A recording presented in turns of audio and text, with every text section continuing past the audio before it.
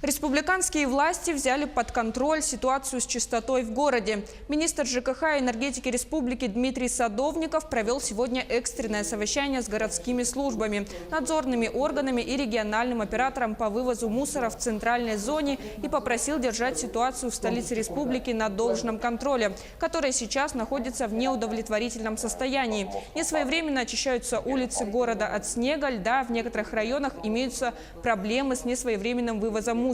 Тем более, что скоро Якутск будет принимать Кубок мира по вольной борьбе. Сегодня та ситуация, которая творится в столице республики, нас как профильного министерства не может вызывать тревогу. И тревогу аналогично вызывает и руководство республики. И, естественно, мы не можем стоять на стороне. Сегодня мы созвали для того, чтобы, как говорится, здесь объявить об этом, чтобы население знало. И мы уже, как говорится, хотим, чтобы было усиление в этом направлении, в частности, в столице республики.